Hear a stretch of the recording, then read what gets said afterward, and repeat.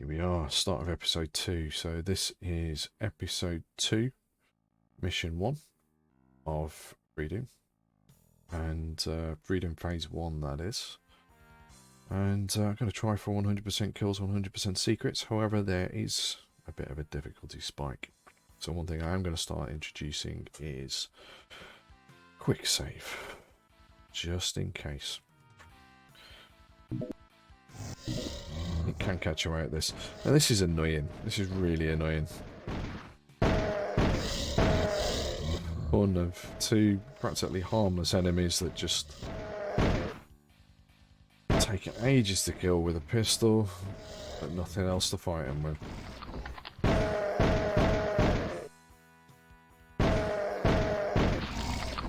So, you know, if you were in charge of making the first map of episode 2 and you thought that you'd kick off with a boom, well, that's really not the way to do it.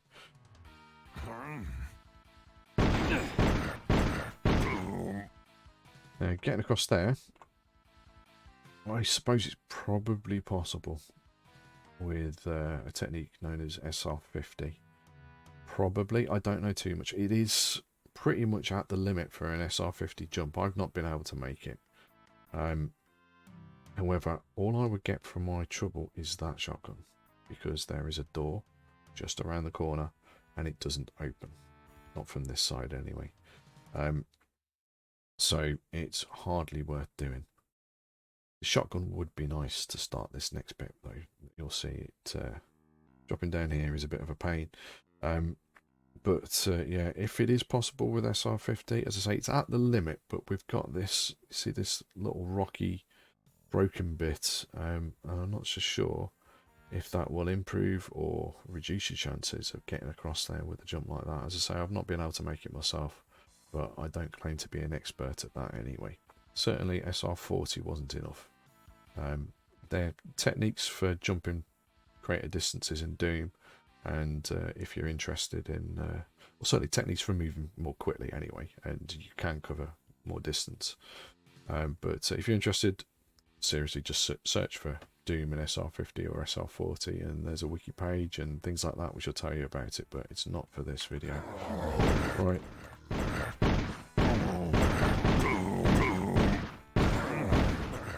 I really need a shotgun.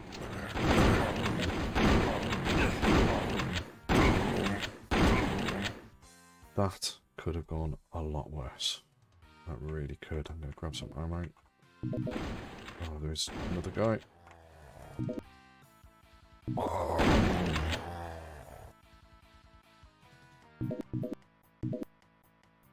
The armour there, that drops when you step on it, but not too much of an issue. Let's grab it.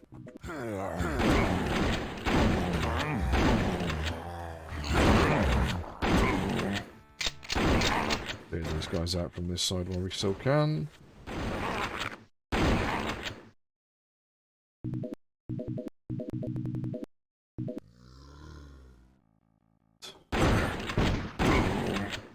Yeah, I am going to quick save here.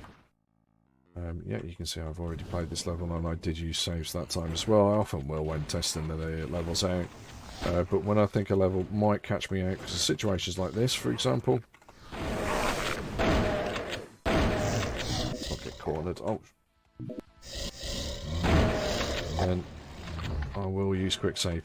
Notice I'm saying quick save. I'm not using a common term that people use, which is save scumming. It's one of my pet peeves when it comes to people talking about Doom. This concept of save scumming.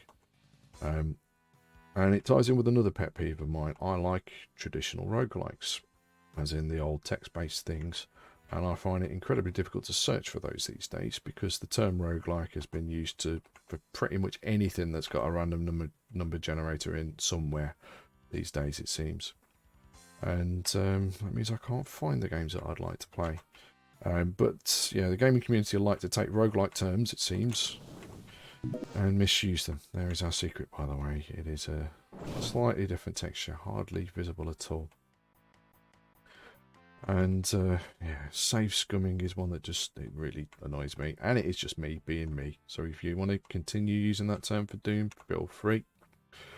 But the concept of save scumming in those games was, well, you weren't supposed to be able to reload old save games in a lot of the older roguelikes. Instead, I'm going to clean these guys up out first, just so that they don't annoy me later, but that's not the way I need to go. I need to go this way. So,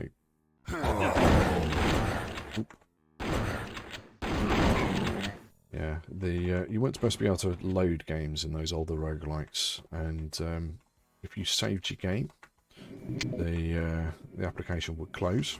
The idea of saving the game was so that you can quit and go and do something else for a bit. But when you came back to the game, it would automatically load your save game, and would also automatically delete that save game. So there was no way to reload it should you mess up. The idea is you've got one run, permanent death, and you can't load an old save if you feel that you need to. Well, people used to do something called save scumming, which was you would quit the game, it would make that save, you would then make a backup of the save file, and then go back into the game. If, when you die or mess up in the game, you wanted to go back to your old save, you can quit the game, restore your old save, and then go back in, and that was save scumming. So you are cheating, basically. You were going against the way that the game was designed to be played. Doom, not only is there a save option in the menu and the ability to load that save, but there's quick save and quick load buttons. The developers fully intended for you to be able to save the game and load it. In fact, the concept of save often was something that was big within Doom itself. People would often say, save often if playing a new level. And why we've decided all of a sudden it's a bad thing to use a feature that's clearly in the game for you to use, I don't know, but hey. So, yeah. If you want to do your games without saving, fine, but that's up to you. There's nothing wrong with people, playing the game the way it was fully intended to be played. Sorry for the rant. Oop, where'd she come from?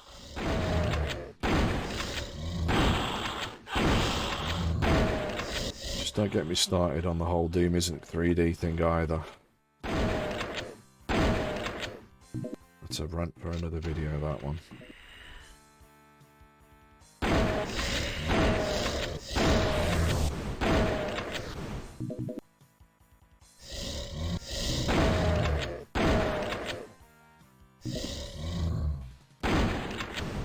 These, by the way, which I haven't already worked out, cacodemons.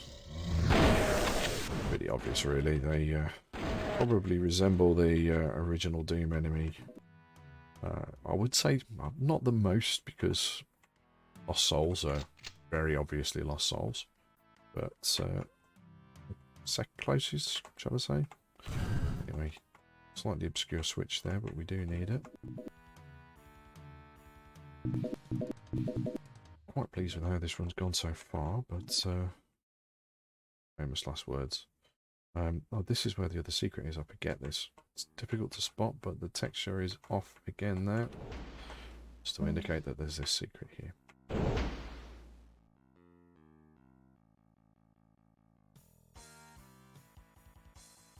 I'm going the wrong way. It's this one.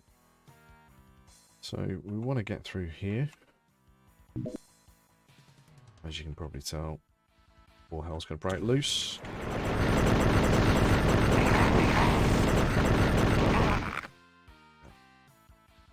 All hell. Okay, 3 imps. This does annoy me a little bit. It's unavoidable damage, really, this, but... well, as you can see, it's theoretically possible to avoid it, but basically the way that Doom... if I run against a wall, will I get... hang on, let's kill him.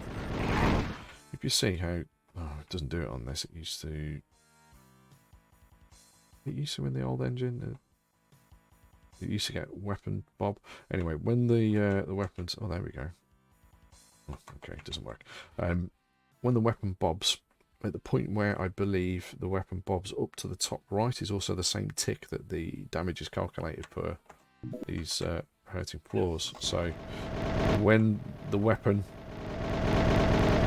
is up at its most uprightest position, if that's a phrase that makes sense, that's when you will be hurt by a hurt floor. Now you can, in theory, time it so that you take no damage, and people who do realism runs and things like that may be interested in doing that, but yeah, it's very difficult to avoid, and to be honest, it's only a little bit of damage. So, and we are done. This is 2 secrets, 74 kills. If I walk through that, that is a teleporter. Doesn't look like one, but it is. If I walk through that, the level will end. But I just want to show you about that non-secret from earlier. So just keep an eye out here. This corner here doesn't look all that different on the map or anything like that. This is that door I told you only opens from one side. I believe this is for deathmatch. So I cheat and go up here. So you can't get here, as far as I can tell, in single player. There is no way to do so. All of the line deaths that open this up are hidden on the other side. Up here, that, for example, is a deathmatch spawn, I believe. And since remember, there's a rocket launcher or something down here if you go in. That's it. I wonder whether there's a hidden door or something there, but no. Yeah, there's a rocket launcher around here somewhere. Down here. And we got this door here. Now this is, on the other side, it was a switch that I used to reveal the switch that lowered the red bars. It's the red key switch. And that is now a way through. So yeah, it's the switch that lowered that door. And this here is that one-way door from the start of the level, where I suggested potentially an SR50 jump could get you across there. But it cannot be opened from this side, so even if you were to pull that off, you get this guy's shotgun and nothing else. Now, interestingly, coming through here does seem to change a few other things in the level, if I remember rightly. No, it's not. Alright, this is it. So, if you jump over this wall, that lowers. And that is a teleporter through to this part of the level. It's obviously all for use in multiplayer deathmatch, but I suppose it would mean that you would struggle to get 100% items, I would assume. Although that doesn't count as an item. Maybe something moved then.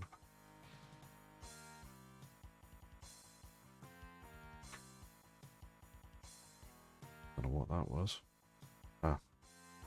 Was it this? Yeah, it's probably this. It all seems to open. I thought maybe it was some multi-level secret, but I can't see any purpose for it. So as far as I can tell, it's got to be just for deathmatch. But that should be us done now. So let's go back across here.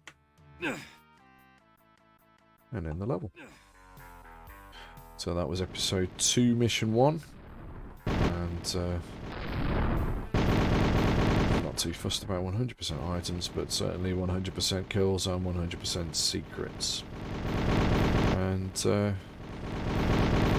I guess I'll see you for episode 2, mission 2 next week.